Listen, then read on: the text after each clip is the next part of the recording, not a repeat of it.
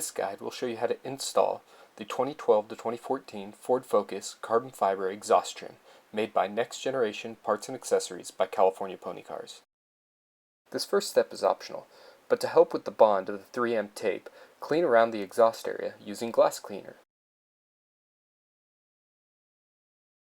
Start by thoroughly cleaning the exhaust trim area with the supplied alcohol wipe.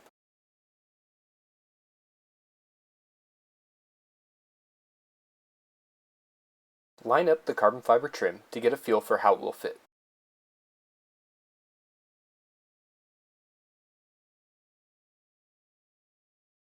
Remove the protective film from the double-sided tape.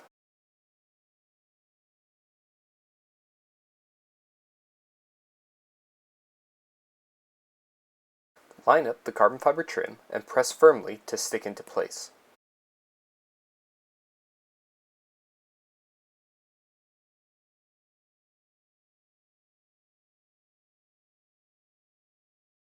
Use the self-tapping screws and fasten both sides of the carbon fiber to the trim.